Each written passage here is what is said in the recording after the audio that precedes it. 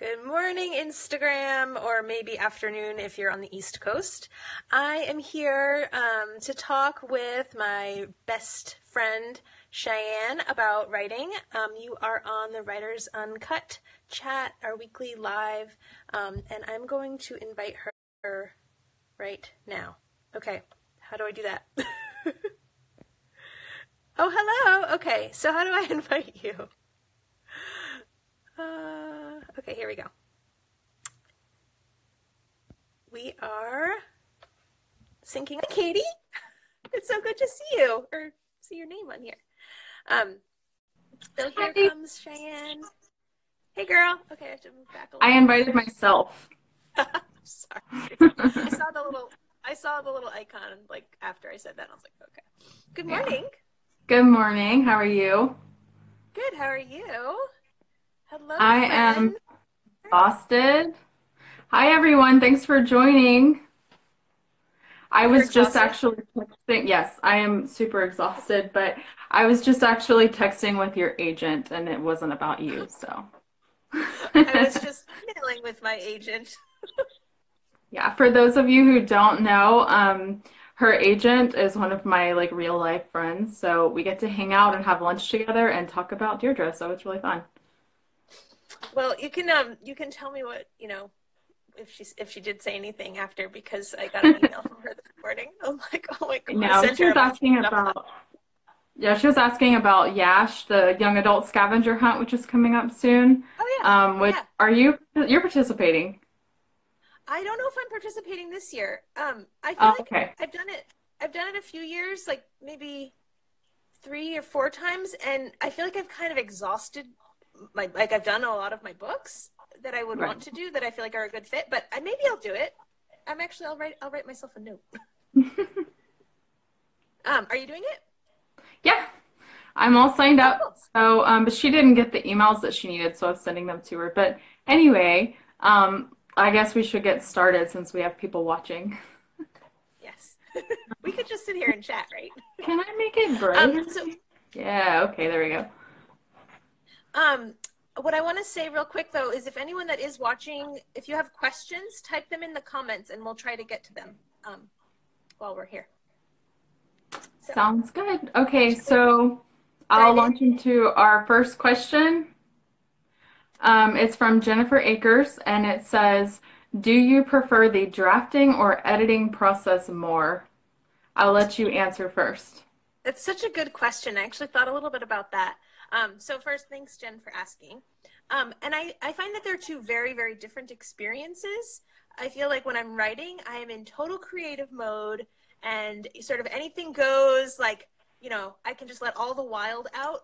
And then in the editing phase of the process, it's more contained and I have to be more mindful of the reader and, grammar, things like that.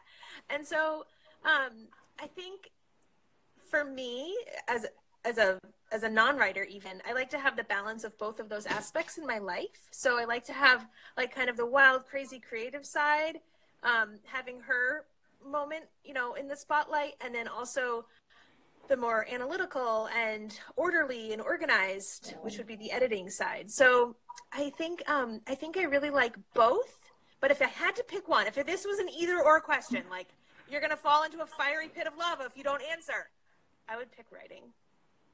Okay. I didn't have to think about this question at all. My answer is very easy. It's Okay. editing. Oh, I don't like the initial writing, and I know that sounds terrible, but I don't think I'm alone here. It's just the writing process is so hard and so soul-sucking, and there's something about staring at a blank screen that, is awful. So, when it comes to writing or editing, editing is absolutely hands down my favorite. The only reason I even write in the first place is so I can get to the editing. So it's funny that because you describe it as kind of like a fun, enjoyable experience when you're writing, and that's not. I hate every second of it. Like honestly, I hate every second of drafting, and I don't know, and I don't think that makes me less of a writer. It's just, my No. writing style because I much prefer to already have something on the page, even if it's awful. Hi, Jennifer, we're answering your question right now. So, Yes. um, even if it's awful, I like just having it written so then I can go back and make it better. And I find that I actually get the enjoyment and the excitement out of editing because it's, and maybe it's the engineer in me because, which actually maybe the engineer in me would enjoy the writing part. I don't know. So, Yeah.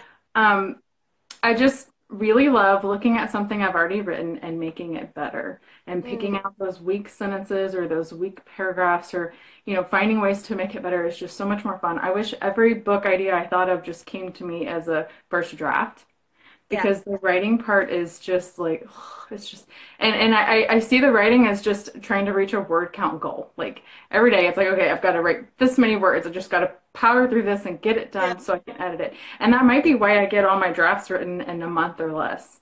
And people usually think I'm crazy for that, but it's like I just want to get it done so I can make it better.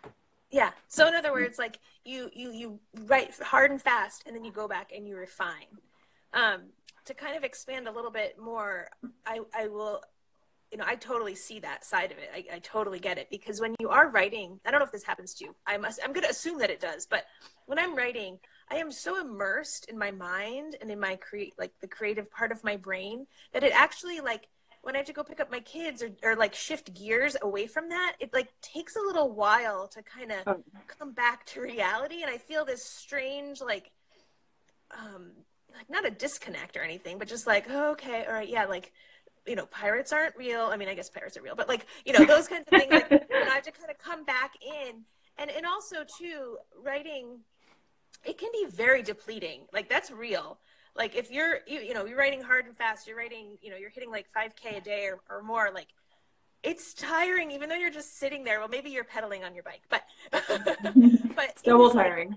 you're just like, oh my God, like I can't do anything else today. I'm done. I'm out, tapping out. Mhm. Yeah. That is so true. I often say writing takes a different type of strength, Yeah. and it's a brain strength, which is the worst kind because it's like I feel like I can write for maybe 2 or 3 hours, maybe 3 hours, and then I'm like done for the rest of the day. My brain's fried. But I could Yeah. spend the rest of the day doing manual labor, or I could, like I could paint the house. It's like I have energy to do stuff, but no more energy to write. It's like it's done. Yeah. I can't write. My brain is completely fried. Yeah. So, and I get that a lot with writing because I do aim for 5,000 words a day when I'm writing. Yeah. And so you might say maybe I should just write less, but that's not happening because That's I'm another question. That's another question we should right, answer right. because that's I have to get my 5,000 words. yeah. But it really does drain all of your energy. And when I find editing doesn't do that so much. And Yeah. I can kind of leave and come back to it better when I'm editing. So it's really a whole lot of fun, especially if you're editing like your editor or agent sends you a bunch of notes. Okay, after you cry for 2 days straight, it gets really fun. It's like it's just more fun than writing to me. I like editing. I agree. I want to echo what you said, excuse me, about you can kind of shift in and out of it. Like it does require your attention, of course, but there isn't such a difference in terms of like, if someone needs something or if you have to run out or whatever, you can come right back to it. And I also kind of like what you were saying. It's almost like when you get the notes after you have your emotional experience, it's kind of like putting a puzzle together in a way. Like, okay, Hmm. this needs to be moved here, and this. I like thinking about it like that because a lot of people can be very intimidated by. I mean, I'm certainly intimidated by the editing process at times, and it's like, okay, how is this going to get done? But when you have point A and you know that you need to get to point B, like basically you just engineer that, right? Like it's Right. doable. Whereas when you're staring at the blank page and you have to get from A to B, it's like any number of things could happen. Right. It's literally a limitless void of Yeah. possibility. Yeah. So, yeah, the engineering definitely comes in the editing, which is so much Yeah. fun when you have notes from an editor or someone because it's like, yeah, well, and it's so funny because Sasha was my fifth book. Well, I guess the book that's going on submission now is be my sixth book, and it's like every single time when you get those notes, I'm like this is impossible. Like, I can't do this. I have to give up now. I will never get this done. And then somehow I end up getting it done and it ends up not being that bad. Like, there's always this point towards the end of edits where I'm like, you know what? This wasn't a big deal. This was fun. This Yeah. was easy. I got Yeah. this. So, Yeah. never, if this is you, if you're going through this now, never give up, even though you want to. Just give it a couple days Yeah. and it will get easier. At least it has for me all 6 times that I've had to do it. So, Yep. Agreed. Agreed. So talking about editing is kind of a segue into our next question. yes. Okay. So, this is from Life as a Nerd, Julie. Mm-hmm. Yep. And she says, what does an author have to do for his work to get accepted by a publishing company? And how does the work on the novel proceed once it's been accepted? This is a huge question. Hi, Maya. Hi. Thanks, everyone, for joining us, by the way. We're chatting about writing and publishing. And it's uncut because we don't It's know how uncut. to do editing technology. We don't know how to do that. So You get what you get. We can edit books all day, every day. yeah. Okay, so do you want to take a crack at this? Do you want to do? Oh, I was going to say, just to be polite, do you want to start this one? I can. That's fine. Well, I like to think of my answer while you're talking, so now I got to think of it in real time. Okay. Okay. I thought a little bit about it. Okay, so what does an author have to do for their work to get accepted? And this might sound like a joke, but I don't think it is. 95% be very lucky, and 5% work your butt off for years and years and years, and just don't give up, and just keep learning and keep trying. And because I swear to you, like it's all luck, but it's also a whole lot of hard work. So don't, it's hard work too. So, but basically, to answer it in a more technical way, it depends. There's large publishers and then there's smaller indie publishers, and all the large publishers will only accept book submissions by an agent. So you'll need an agent first, which is a whole different step. Smaller indie publishers, you can submit them yourself, which would be easier. They usually have a website or an email. You just submit your book and you wait and see. And if they like it, they will contact you and you've got a book deal.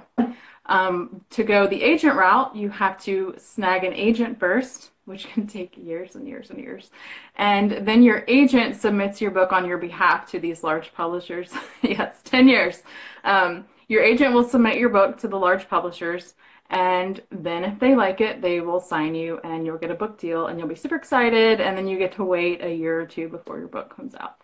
So that's basically a really rough draft version of how that works. And then how does the work on the novel proceed once it's been accepted? I think this probably has a different answer for every single book deal out there. In my experience, once it gets accepted, I will then get edits. And for City of Legends, which was my first traditionally published book by Alloy, my editor sent me what's called an edit letter, and it was 11 pages long. It was 11 pages of stuff I had to fix. So that's when we talk about when you panic and cry for 2 days, because I was just like, how am I gonna do it? Like, it was like 11 pages of paragraphs of stuff to fix. And then I implement that into the manuscript and you send it back, and they usually give you a deadline. In my experience, they want it done by whatever date. You edit it, you fix it, you send it back, and then they will send you another version of edits. And you do that and send it back, and that might go on 2 or 3 more times until the book's done. With the breakup support group, I submitted that myself to a small publisher, so that was before I had my agent, and we only had to do 1 round of editing. And hi Cassie, and she had even told me at the beginning that she thought the book was pretty polished and put together because I had worked so hard on it. So we only had to do 1 round of edits, and it was a lot easier and not as painful and terrifying. So that's just 2 different experiences of my own that were drastically different. So I'll let you take over from here. Yeah, I agree. Like, my experience is very similar to that, and I'll expand upon a couple things. So just to kind of backtrack for people that have just joined, I just waved at my phone when you said hi, people. Aren't we all a little bit nuts? So anyway, so my first thing that I would tell you is to write a damn good book. Like, just write the best book that you can. and that kind of goes back to the first question, just write it, just spit everything onto the page that you can think of, and then go back and edit, and then edit again, and then revise again and again and again, and maybe find a beta reader, which I'm speaking with right now, a friend that you trust that is familiar with the genre that you're writing in. I would recommend for sure, like, you know, it's fine to give it to just a regular friend who's not a writer or a big reader or even a family member, but you're probably going to get better feedback from someone who is invested in this as a craft as well. I mean, and a reader is fine as, you know, too, but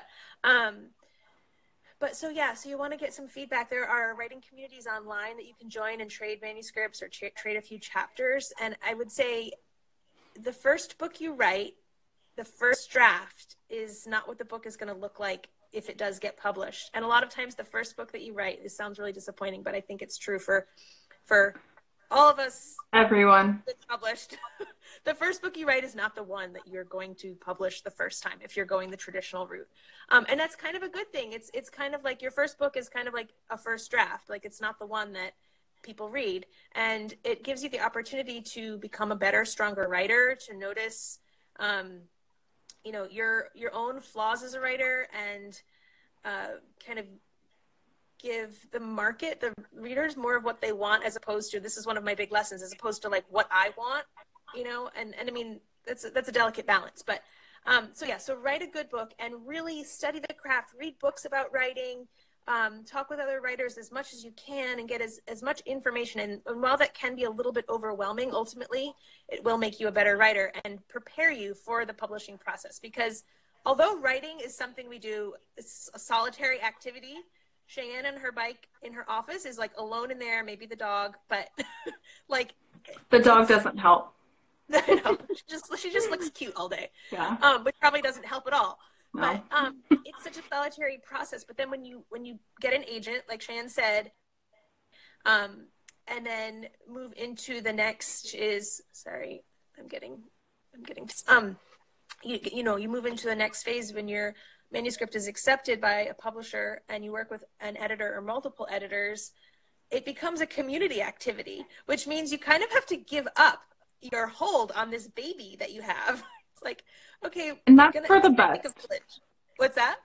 I said that's for the best. It's a good thing to give it up to the professionals. Oh yeah, and at first, like, it can feel like, well, why would you think that this character needs to do something else, or why would you want to change the scene? But trust the process. And I think that's a little bit of what you were saying, like, before. It's like, people pick up on things, and I've had manuscripts that I've read and edited, like, I'm not exaggerating, 12 times. And there's a word, like the word from, I misspelled it as form, but my eyes become like blind to seeing those little nuances. And other people will pick up on that, and it's all for the greater good. So once you do become part of that team, which it's been one of the, I was with Skyscape both times, both of my traditionally published books. And it was such a gift. It was such a wonderful experience and journey. I went through the same as Cheyenne with the editor letter, and then a little bit of like developmental editing, revisions, editing of like, is it called line editing? I always get it mixed up, where it's just like grammar and word choice and stuff like that. And making sure you don't have like the word, I don't know, sale 4 times in a paragraph. Right. Like little things like that. And then, you start to think about the cover and, the front matter and your acknowledgments, and like, that's kind of when it gets especially fun. But it is really, really, it's a long process, and publishing requires a lot of patience. And yeah, I think that's my long answer to a really good question that I think we could talk about again. So if there was something in there that you're like, oh, I want to hear more about that, let us know in the comments here, DM us, email us, and this is going to be on YouTube. We're posting all of these videos on YouTube as well. And there's comments there where you can ask, and if you're like, I want to hear more about like what's the developmental letter, like, how do I reply if I disagree, things like that. We are happy, we have had a bit of experience with this, so we're happy to kind of offer our 2 cents and tell you what we think. So yeah, sorry. Sounds good. Also, there's one little thing I wanted to say real quick. Like you mentioned, your first manuscript is probably not going to be the one. Your first manuscript is like the first pancake. It's the one you throw out. And I feel really bad saying that because I think if you had told me that when I was first starting, I would have been really upset and I would have wanted to quit because I don't like thinking that I'm putting all this time into something that's going to get thrown away. But, and it doesn't have to get thrown away necessarily, but really just stick with it because it is worth it in the end. And pretty much nobody gets their first attempt at writing published, but you're not going to get anything published if you don't make that first attempt. So stick with it. No, it's going to be a long time, but guess what? That time is going to pass anyway. So you might as well be working towards your goal instead of giving up and wishing that you hadn't. So Cassie asked briefly what to do when you disagree with the edits. I was going to say we might want to save that for another episode because that's a long answer. Yeah. Yeah. Okay, so I have another question that says, what made you want to start writing? Like, what inspired you? We answered that in the first video, right? Yeah.